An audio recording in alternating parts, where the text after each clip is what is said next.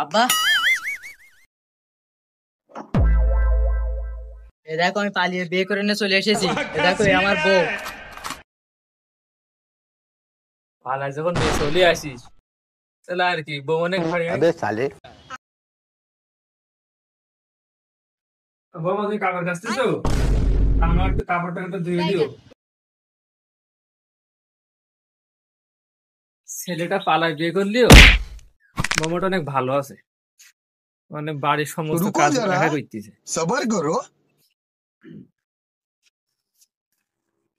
বৌমা দেখি না কলে কাপড় अच्छा টিপটা ठीक করতিস है। কিটা?